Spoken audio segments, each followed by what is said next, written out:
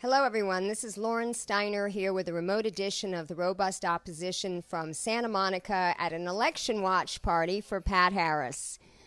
Well, we were hoping for better results because Pat, as you know from watching my endorsement show, was my candidate for Senate, and now with 19.6% of the precincts reporting, he's at about 1.6%, so not in a position to be number two, unfortunately, and get into the runoff, at least at this point. How are you feeling right now, Pat? Well, we're a little disappointed, but we also, right now, we understand that almost all the results have come in from the Central Valley, which is the Republican stronghold. We understand that the San Francisco and Los Angeles votes are not tallied. So I think we'll do a lot better when everything's said and done, but it doesn't look like we're going to make second, and that was ultimately our goal. So that's a little disappointing. But at the same time, you know, we look back on this as just an incredible experience. I've got the single best staff and team in the entire state of California. We have had an amazing time. We like better results, but at the same time, I can look back on this and say it's one of the great experiences of my life. Tell me some of the things that you learned throughout the campaign, and how were you changed, either as a politician on the issues or as a person? I think the number one thing I learned, which was probably the most amazing, is the divide in California between San Francisco and Los Angeles and the cities outside. There is a real resentment that is palpable. The people outside of San Francisco and Los Angeles don't feel like they have a voice. They feel like that the politicians, the newspapers, the people who run things are all either L.A. or San Francisco, and they feel like they have absolutely no representation. Everywhere we went, whether it be northern California or through the Central Valley or out in the deserts, you heard that over and over and over. People would say, we don't have anybody, nobody represents us. That's the only people who they care about are their donors in Los Angeles and their donors in San Francisco. So I think I understand now there are obviously a number of separatist movements in California. I know that a lot of them are sort of crazy and a lot of them are run by a lot of really right-wing people. But I do understand now the feeling and where it's coming from, because they just feel like that they're in a separate state. And yet they keep re-electing Republicans on a congressional level, and we're seeing that happen tonight. None of the red to blue wave is coming true, and partially that's because there are Democrats that refuse to get out of the race, and speaking specifically in the 48th district, I guess it is, with Hans Kursgaard and Harley Ruda, because clearly the Republican there has only 30%, and they're each getting 19%. So if Eric Bauman could have done his job as state party chair and convinced one of them to drop out, all he was able to do was get them to stop smearing each other. But, you know, what do you think about the Democratic Party and how well it's organized in California? Well, that race is shaping up to potentially be a disaster. I think right now, as we sit here, that's the only one where we're probably going to end up with the two Republicans. And it's close now. Kirstad may end up finishing second.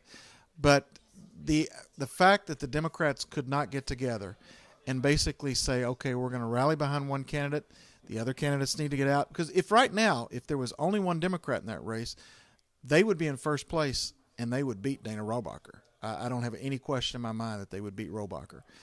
It's going to be close to see if one of them gets in. But you're absolutely right. The Democratic Party's inability to sit down and say, okay, look, for the good of the party, one of you's getting out and we're going to tell you who it's going to be. Now, let me ask you something. I was supporting Kimberly Ellis, as you know, for state party chair, and one of the things that she said time and again was that we had to stop standing on our laurels, resting on our laurels, that we had, you know, the top, all the constitutional officers were Democrats, all the mayors were Democrats, but we were not developing a farm team. She was noticing the demographics of what was happening in the inland part of the state, noticing that the Republicans were gaining, and the Republicans are developing a farm team. We have a lot of first-time candidates, many of them Bernie-crats, many of them people who are delegates with me, people who I know pretty well, who answered Bernie's call to run for office, and yet they've never held office before. And some of the analysts that I've been reading have been saying that we need to develop a farm team, put people into local offices, not have them start at Congress and Senate and, offices like that. What do you think of that? I think that that's extremely accurate. You asked what I learned. I told you one thing I learned. The second thing I've learned is I go around the state, the offices like district attorney, city council, local races or local offices often have a lot more effect on what's actually going on policy-wise than a U.S. senator or a congressman. We are not building up our city councils. We are not building up our district attorneys. Democrats are focusing on the larger races, governor, because in California, it's fun for us to do that because we're winning. We win the attorney general, we win lieutenant governor, we win all these big offices, but we're not focusing, as you said, on the farm team. At baseball, the analogy in baseball is, you can have a great team, a dynasty, but that dynasty is going to end at some point. And when the dynasty ends, it comes crashing down because you don't have a farm system. We don't have it. And one of the things I would like to do, people ask me when this is over, what would I like to do? I tell them one of the things I'd like to do is set up an organization that focuses on district attorney races, city council races, and more local offices because we need to build a farm team. That's exactly right. Well, you can see that even George Soros, who I always revile because he supports establishment Democrats, even he is now supporting these reformist district attorneys. And you know that Shawn King was here. You met with him the other night after he was with Bernie at a rally for this very thing. And I endorsed 4 of those. Pamela Price up in Alameda County, Genevieve Jones Wright in San Diego County, Dean Johansson in Yolo County, and Noah Phillips in Sacramento County. And they are all running as reformists, as is Alex Villanueva, who I endorsed for L.A. County Sheriff, and even the guy that Eric Garcetti appointed today, Moore, for L.A. Police Chief to replace Charlie Beck. What do you think of that development? I think that it is extremely important. What Shawn King, what Real Justice is doing, it's phenomenal. And I think it's going to be the single thing that's going to transform the criminal justice system. You can't have criminal justice reform without basically running 2 organizations. You have to run the district attorney's office and you have to run the police department. That's where reform happens because, frankly, that's who's controlling the criminal justice system. People think they go into a courtroom. People always think, well, who's sitting up at the top? The judge with the robe. They're in charge. No, they're not. District attorney is in charge of a courtroom. The district attorney makes the decision what they're going to charge, how much they're going to ask for. They have all the major power. We have to get reform candidates in those positions. You and I have talked, Lauren, about Larry Krasner and about some of these other district attorneys that are coming in. They're making real reforms. They're cutting back on these silly misdemeanors where people are going to jail for 6 months. They're cutting those out totally. They're doing a number of things. That's where real criminal justice reform is going to happen, and I applaud that movement. And we've got to do it here in L.A. I mean, we have got to get rid of Jackie Lacey. Mm-hmm. That's got to be 2020 job one, exactly. And we can do that because Philadelphia did it, and we have very similar demographics to Philadelphia. We have the ability to get rid of her. We just got to find the candidate to do it. And I think that candidate should be you. What do you say? I appreciate that. That's very kind of you. Why not?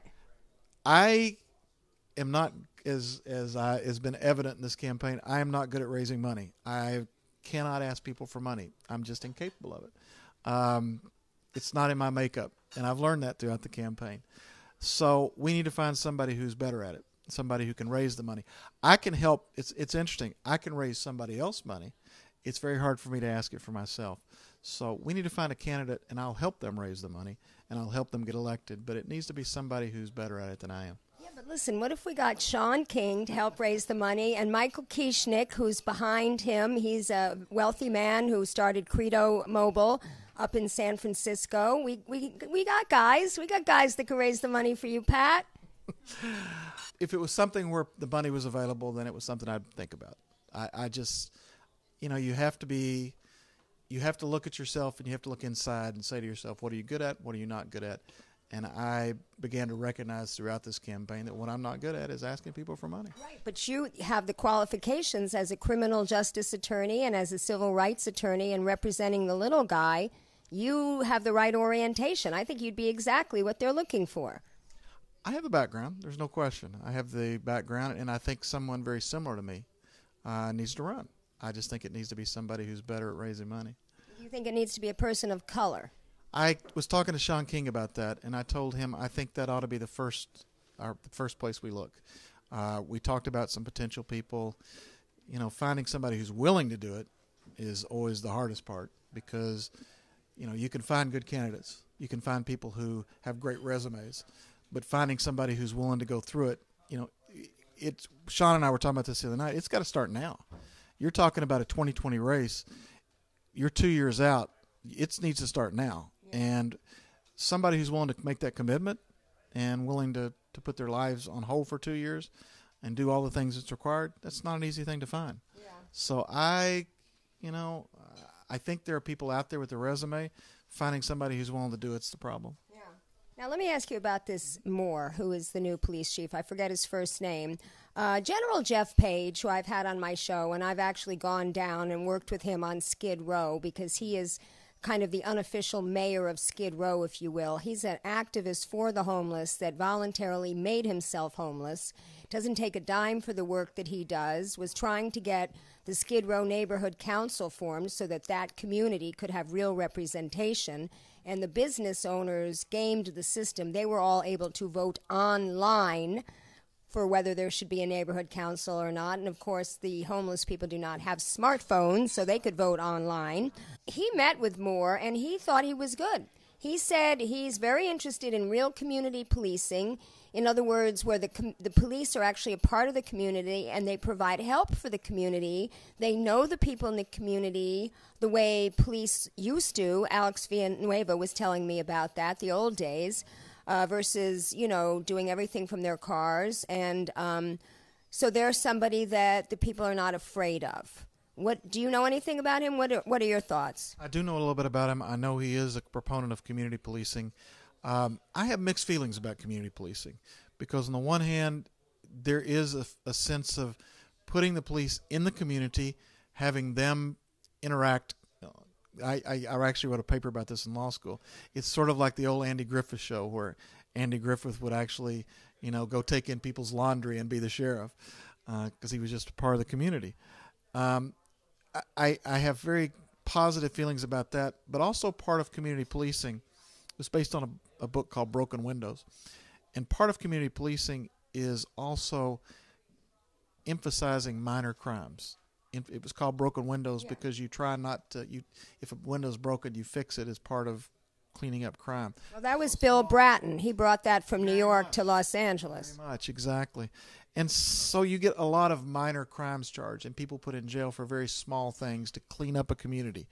Some of the communities like that, but you end up putting people in jail that don't belong in jail. And so I have very mixed feelings about community policing. Let me ask you another question about the law, because the Supreme Court case just got handed down about the baker and the wedding cake. They wouldn't make it for a gay couple. And it was actually a 7-2 decision, with a lot of the liberal judges siding with Anthony Kennedy. And I heard Mike Papantonio today. He was saying that it was bad lawyering and that the commission made too much of a deal about the religious beliefs of the baker, as opposed to the fact that it was pure discrimination, and this was a very narrow decision, and that it doesn't have the kind of consequence that a lot of people on the left want to ascribe to it. What are your thoughts? That's exactly right. It was an extraordinarily narrow decision. It was a strange decision. It actually, I think, has almost no precedence. It's essentially going to be used for the one case in Colorado. I don't know how lawyers will be able to cite it in the future because of the way the decision was written. I think it was one of those things that was kind of it will turn out to be much ado about nothing. We were obviously very interested. We thought the court was going to make some major rulings, and we thought, of course, Kennedy would side with the more liberal members, and it was going to be a major sort of decision on discrimination in the gay community. It turned out to be a big dud. It's got very little value presidential-wise. In the New York Times, it was announced that David Koch from the infamous Koch brothers is stepping down from his business and his political activities to battle health concerns. A lot of us sort of heaved a sigh of relief because he was the more political of the two brothers, between him and Charles Koch. But they've done an awful lot of damage, including contributing to this Republican farm team, and not just an ordinary Republican farm team, a Tea Party, Libertarian, Federalist Society type of farm team. What are your thoughts on the legacy of the Koch brothers, and do you think there's anyone that's going to be able to sustain the work that they did? I think somebody will step up. There are enough billionaires out there who want to continue to maintain. Basically, they're running the country right now, and they want to maintain that. Somebody will step up. But I always think the legacy of the Koch brothers, it's fascinating to me, is that people who are old enough, and I'm actually not even old enough to remember this, but there was at one point a very radical group called the John Birch Society. Yes, and he ran for vice president in 1980. David Koch ran, and when he did so poorly, that's why they decided to work behind the scenes, because he realized he didn't have a future in electoral politics. So maybe that's what you're going to do, work behind the scenes, but for good instead of for evil. That's true. That's exactly what I'll be doing. But I just find it fascinating that this group was considered just nuts. I mean, the John Birch Society actually considered President Eisenhower to be a communist. I mean, they were considered to be just the fringe. Now they are essentially in the ascendancy in our country, or they have been for the last 20 years. They've been able to control, and by money, they've been able to control the farm system. They're setting up place in law schools, in colleges across. They're setting up professorships and being able to build within college students this sort of, well, we keep referring to it as a farm team, but it's incredibly powerful. And what they've done and the ability they've done well below the scenes, well below the radar, it's, in terms of organization, you got to hand it to them. They've done a marvelous job of doing it. In terms of what they've done, they've destroyed the country. Yeah. Now let's talk about the Federalist Society, because I alluded to them before. Trump...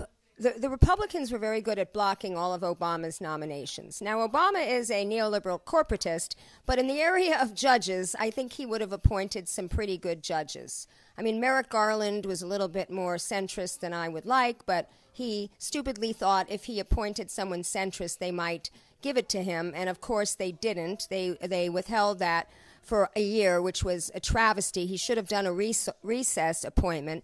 But what I'm finding now is that Trump has gotten more of his judges appointed in his first year than most presidents. And they all are endorsed by the Federalist Society, not the American Bar Association.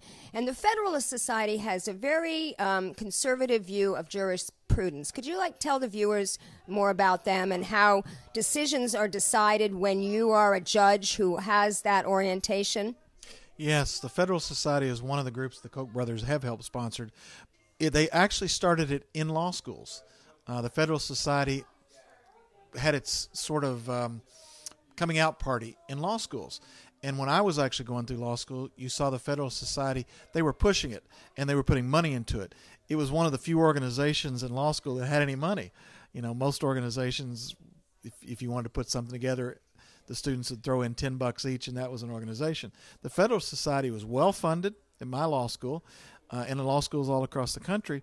And what it did was it has now put together an entire legion of lawyers across the country who are loyal to the Federalist Society, many of whom have now come on to be judges. And most importantly, when there's a Republican president, when there are Republican senators and Republican congressmen, they go to the Federalist Society for the recommendations. Yeah. They don't go to the American Bar Association. They go to the Federalist Society and say, who do you think we should appoint? And, of course, they appoint one of their own. It is going to be, I believe, the single biggest thing in the end.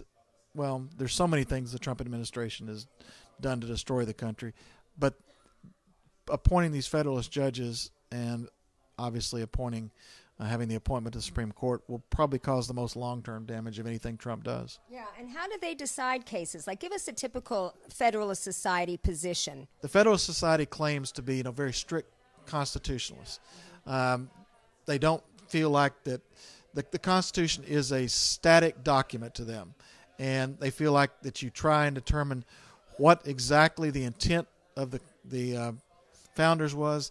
It's in the Constitution, it's written there, and that is indeed how they should rule based on that. It's a philosophy they don't follow themselves. They are just as political as any other group. They interpret the law the way they want to interpret the law. It makes no difference to them, for example, that if the law says something very specifically in the Constitution, if they don't want to follow it, they don't.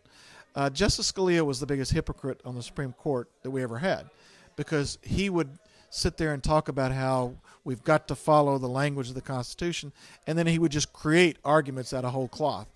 That's what the Federalist Society does. They claim to be strict constitutionalists, but they just create things. Well, we saw what happened in Gore versus Bush. I mean, they just created something that didn't exist in order to get. Would you say that their rulings would be more favorable to corporations over individuals? I mean, look what's just happened now with the arbitration decision. Well, why don't you explain that decision? Because that was pretty huge. Well, there's a lot going on in terms of arbitration in this country right now. Obviously, one of the things that corporations want, they don't want their employees, they don't want other people, customers, to be able to go to court and sue them. They want to do arbitration. Arbitration limits their damages. Arbitration lets them control what's going on. So they want everything pushed into arbitration. Now, what's going on in this country is arbitration clauses routinely, up until recently, have been pretty much out of favor with the courts. Now that you've got these Federalist Society judges in, it's the opposite. They're pushing people into arbitration, and they're forcing, particularly in this decision, they're forcing people in unions to go into arbitration rather than being able to file lawsuits against their employers. It's a scary system that is essentially designed to try and break unions and the union's ability to actually go and sue the corporations. And then they're going to come down with the Janus decision, which is going to be a really huge blow to unions. Well, let's go on to another piece of news today before we start talking about the more election races. Meanwhile, are there any questions for Pat? Does Pat think we should have progressive primaries in preparation for state primaries? I think what they're referring to is it would be taking, for example, Kevin De Leon, Allison Hartson, David Hildebrand, and myself, and having sort of a pre-primary where we all run, and only one progressive candidate comes out of that in order to go on to the primary. What do you think about that? I don't think you could do that. I don't think that's possible. First of all, I don't think it'd be constitutional to begin with. But secondly, you've got to let people sort of choose. I think what was interesting about this race, and which I may have been dead wrong about, is I thought we had the opportunity here to, because the Republicans didn't have a serious candidate, to sort of have a progressive versus establishment argument. As it turns out, the Republicans are doing better tonight than I expected, and that's a little frightening. But I do think that in the races like we talked about earlier, we have to be careful. We can't have Democrats knocking other Democrats out and having two Republicans in the primary. I understand the sentiment that the person's asking about, and I understand that we have to have a stronger Democratic Party who actually steps in. But I don't think, especially in the beginning of a race, you can ask people to drop out. Right. So Kevin is now catapulting, well, not catapulting, he's gotten a little bit ahead of the Republican, who I've never even heard of this guy. I think he's just getting votes because he's a Republican and because, as we've talked about, half the state is Republican that we just don't pay attention to in the Democratic Party. It seemed to me that had Kevin lost, or if Kevin does in fact lose to this Bradley guy, it would have made eminent sense for one of, there were four of you, and 3 corporate-free candidates, if you will, and then Kevin, who has taken corporate dollars. But anyone who is going to be an establishment politician in the era of pre-Bernie Sanders, right, is likely to not be a corporate-free candidate. And in fact, in my opinion, in California, the unions actually have a lot more sway over these politicians than even some corporations. You know, the SEIU, the Prison Guards Union, the gaming association, although I guess you could call them a corporation, the Charter School Association. A lot of them are nonprofits, but they still have private interests. It's very difficult, as we were talking, to get your name out there in a state as big as California. You can't do a very good ground game, at least you as a candidate. I mean, you could have a superior field operation, as Gail McLaughlin had. I think Gail was doing very poorly. And we were all thinking, she's running this corporate-free campaign. She's going up and down the state. She's forming all these different progressive alliances. And yet she can't get traction, because this is a state where I remember from the Bernie campaign that they said you need to buy TV. Now, you were doing things that I thought were very strategic. You were buying cable in small markets. You were doing social media ads. You were doing billboards. And yet, there you are, 1.6%. So what is your thought about running in California? Can you be a corporate-free candidate in the state of California on any kind of statewide level and win? That's a great question. And I'm not sure I know the answer. I think so. I want to believe so. I know that one of the things that I think when people talk about going corporate free, running corporate free, is that we have to get more progressives involved in terms of giving. And one of the reasons I ran, and one of the things I've talked about, is I think all of us, Gail McLaughlin, myself, hopefully David Hildebrand, Allison Hartson, hopefully what we can do is we can pool the people, our resources together, the people who have donated, $10, $5, $20. We can build a foundation, because in order for a progressive candidate to be corporate free, we're all going to have to build this foundation of givers, of donators, and try and make it so that they can, in fact, they can push one candidate. Yeah. I do think it's possible. I'm not going to lie. This campaign has made me question that. We have had a lot of small donors, but it isn't to the level I'd hoped. And I think that, I don't know. I think that remains to be seen. Yeah. I want to believe it, though. And one more question I want to ask you, not about the election, but it is the 50th anniversary of the California primary, the night that Robert F. Kennedy was assassinated at the Ambassador Hotel. 50 years ago today that happened. You and I were both 10 years old, and we weren't paying attention to Robert Kennedy, but we're both students of history, and we both know the significance of that man on our country. A lot of people feel that 1968, the year that he was killed, the year that Martin Luther King was killed, was sort of the end of the 60s, which was the last hopeful era that we had for change in this country. 50 years after his assassination, what are your thoughts on Robert Kennedy and what he represented to this country?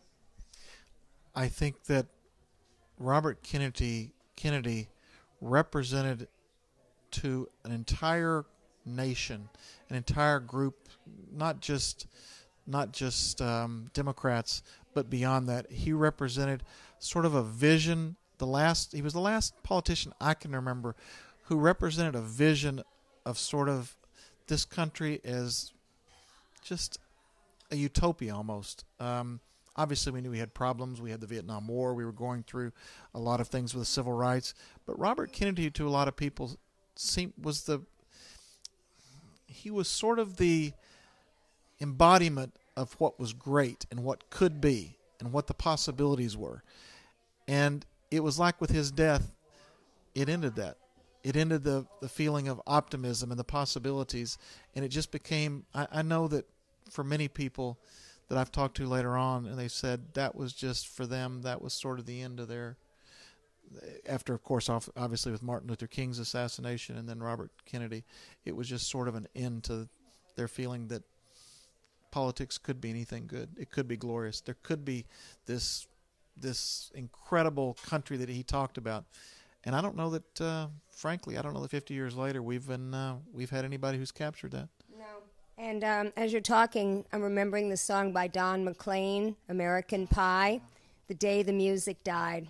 And that was really a very poignant song for me at the time. I heard a very interesting interview on NPR on the way over here with his biographer. And he was saying that if Robert Kennedy was running today, because he started out as a very strong anti-communist, working on, Joseph McCarthy's staff as an attorney, and then he evolved over the years and stood so strongly for civil rights that someone like Robert Kennedy could really draw the white Trump, the populist Trump supporters because of that background that he had, as well as some of the new young people, the multicultural people that make up our country today. And I thought that was very interesting, and I was pondering that on the way over here. Before we sign off tonight, any thoughts on tonight, this election, your race? We have to remember that we're building. We are setting a foundation for something. It's not going to be, Rome wasn't built in a day, as they say. It's not going to be something that's going to happen overnight. The Bernie Sanders phenomenon helped push people into a very positive mindset and to get them activated and to get people really excited. But now the work has started. And the actual work of building a party and building a foundation, that's what I think tonight is at least a step toward. I hope it is. That's if I get nothing else out of this race that I have done for the people of California, I hope I've helped put together a group of people who are going to take this and move a step forward and move this country a step more forward. I think that's what we all have to do as progressives. We have to keep building and building and building. That's the only way we're going to get any real change. That's what the Republicans did. You know as well as I do, Lauren, even though we were too young to remember it. That's what Barry Goldwater did. Yeah. He started the conservative movement, and they built off of it. Yeah. I think Bernie Sanders is doing that with the progressive movement, but it's not going to happen overnight. Yeah. And I hope tonight was at least, even if it's a small step, it was still at least a small step in that direction. Yes. And we all look forward to see what you're going to do next. We're all going to be supportive of whatever you do next, which I hope is run for district attorney in Los Angeles County. And you will next see me on Thursday night. I'm going to be interviewing Michael Johnson, who is a whistleblower who blew the whistle on Blue Shield